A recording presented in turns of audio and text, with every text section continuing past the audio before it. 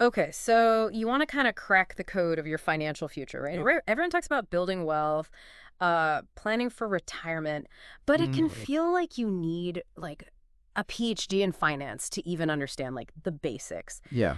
You sent in this article about taking control of your finances, Right. and let me tell you, it's got some pretty eye-opening stuff in here. Okay. Basically, it's arguing that this traditional financial advisor model, Uh, might not always be in your best interest. Yeah. That maybe, just maybe, you're better off Taking control. taking the reins yourself. Exactly. Yeah. There's a lot to unpack here, so let's just dive right in. Okay. The article kind of jumps right into this idea that many financial advisors Mm. are incentivized to kind of benefit themselves, Yeah. not necessarily their clients. All right. One of the first things that jumped out at me was this whole thing about fees. Yeah. Apparently, even a tiny percentage difference in fees can add up to like a Right. huge chunk of change over time. Huge. What's your take on that? Yeah.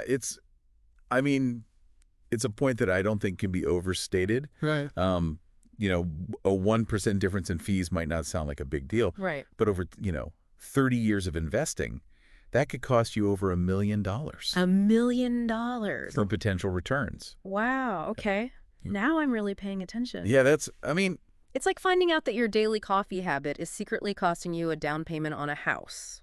precisely. Wow. Okay. It's those hidden costs that really can sabotage your long-term financial goals. Oh. And the article also dives into this idea of mismeeting benchmarks. Yeah. They use the S&P 500 as an example. Sure. That index that we always hear about as a measure of market performance. Mm-hmm. Well, the article argues that when you adjust for inflation, Okay. the real returns Yeah. might not be as impressive as we're led to believe. Hold on. Inflation-adjusted returns. Yeah. Can we break that down for a second? Sure. I feel like that term gets thrown around a lot, Right. but I'm not always sure what it actually means for, like, my own money. Of course. Yeah. Imagine this. You invest $100 today, Okay. and in a year it grows to $110. Okay. You might think, awesome, a 10% return. Right. But what if during that same year, inflation is running at 3%? Yep. That means the actual purchasing power of your $110 is only about, 107 in today's dollars. Oh, okay. That's what we mean by inflation-adjusted returns. It's factoring in the Right. eroding effect of inflation Mm-hmm. on the value of your money. Okay. That's actually a super helpful way to think about it. So it's Yeah. not just about, like, how much your money grows, on paper, Right. but how much that growth actually buys you in, like the real world. Exactly, yeah. The article makes a good point. The S&P 500 Mm-hmm. might look great on the surface, but when you consider inflation, Yeah. it's like that bakery that's swapping out real sugar for the artificial stuff, Yeah. It's not quite as sweet a deal as it seems. Exactly. And that's a key takeaway here. We need to look beyond the surface and make sure we're evaluating our investments based on realistic expectations. Okay. Understanding real inflation-adjusted returns Yeah. is absolutely crucial for making informed decisions about our long-term financial goals. So it's not all doom and gloom, right? Right. The article doesn't just point out the problems, it actually offers a solution. Taking control of your own investments. Mm-hmm.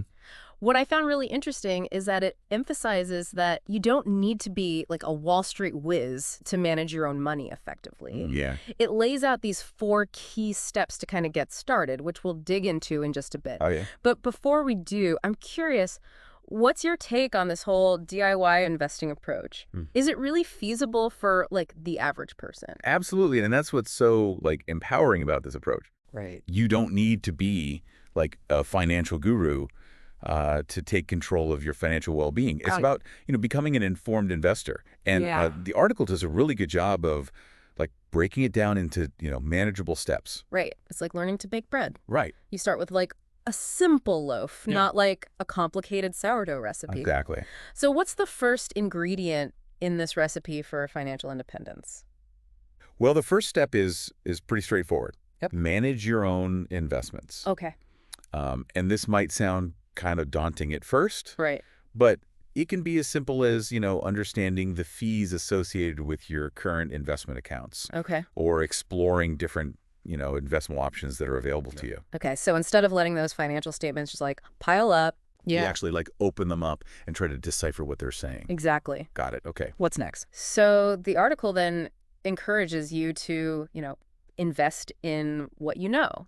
Okay. And this resonated with me because it taps into like your existing knowledge and passions. Yeah, they gave that example of Warren Buffett, Right. who's famous for, really understanding the businesses he invests in. Mhm. But how does that, like, translate for, like, everyday investors like us? Sure. It's not like we're all, like, hanging out with Buffett, like, picking stocks, right? Right. But the principle absolutely applies. Okay. I mean, think about it. Maybe you're passionate about, sustainable living. Right. Well, there are investment opportunities in, renewable energy Yeah, companies. yeah. Or maybe you're like a tech enthusiast. You could explore investments in companies developing, cutting-edge AI. The Yeah. point is to find investments that align with your interest and understanding. Right. This way, you're more likely to, make informed decisions because you're already familiar with the landscape. That makes a lot of sense. Yeah. It's about like connecting the dots between like your passions and your portfolio. Okay, so we're managing our investments, investing in what we know. Right. What's the next ingredient in this recipe? Diversification. Okay. The article really, really hammers home the importance of not putting all your eggs in one basket. Right. They even mention things like, real estate, Bitcoin, AI as examples. Yeah, I noticed they threw Bitcoin in there. That Yeah. felt a little out there compared to the rest of the article. Yeah. But I get it, though. It's all about spreading your risk. Right. But how do you know how much risk to take? Well, that's where understanding your risk tolerance comes in. Okay. It's about finding the right balance for, your financial goals and your comfort level with risk. Right. Everyone has a different risk tolerance. Right, yeah. And it's important to acknowledge that, Yeah. real estate, for instance, is often considered like a more stable investment. Mhm. While emerging technologies like AI might offer, higher growth potential, Mhm. but they also come with, a higher risk of losses. Right. Diversification is about strategically allocating your resources across different asset classes Yeah. based on your own, risk tolerance and financial goals. So it's kind of like building a well-rounded meal. You wouldn't want to just eat like one food group, right? Right. You need a balance of nutrients to stay healthy. Exactly. In this case, we're aiming for like a healthy mix of assets. Yes. To balance risk and potential returns. Exactly. And speaking of balance, Okay. the article also reminds us to, keep fees low. Right. They suggest exploring things like index funds and ETFs as a starting point. That rings a bell. Yeah. Can you refresh our memory on like why those are good options? Yeah. Especially for someone just starting out with DIY investing. Yeah. So index funds and ETFs are designed to track, a specific market index like the S&P 500. Right. They offer instant diversification because they hold a basket of different stocks. Okay. And they typically have much lower fees than actively managed funds. Right. This makes them a great option for investors who want to, keep costs down and participate in the market's overall growth. So instead of trying to pick like individual stocks, Right. which can feel like overwhelming, Yeah. we can invest in these like broader funds Right. that do the heavy lifting for us. Exactly. I like it. Okay. We've covered a lot of ground here. We have. The pitfalls of relying solely on, financial advisors, Right. the impact of fees and inflation, Yeah. and these 4 key steps to kind of taking control, managing your investments, investing in diversifying your portfolio, and keeping those pesky fees in check. Yeah, it is. But that's the beauty of it, right? It is. You don't have to do it all at once. Right. You can start by focusing on like one step at a time and gradually, building your knowledge and confidence True. as you go. It's like, It's like that saying, yeah. give a person a fish and you feed them for a day, teach a person to fish and you feed them for a lifetime. Right. But in this case, it's more like teach a person to invest and they can build their own financial future. Exactly. Exactly. There you go. Yeah, it's about empowerment. Right. This article really drives home the point that you don't have to hand over control of your financial well-being to someone else. Right. With a bit of knowledge and effort, you can be the architect of your own financial destiny. The article focuses mainly on like the financial aspects, right, of taking control. Yeah. But what about like the ripple effects? No, that's interesting. Yeah, if someone successfully like takes control of their finances, how might that impact like other areas of their life? Yeah, That's a really insightful question. Yeah. Financial well-being is often so deeply intertwined with our overall well-being. Right. When you feel in control of your finances, it can, reduce stress, it can improve relationships.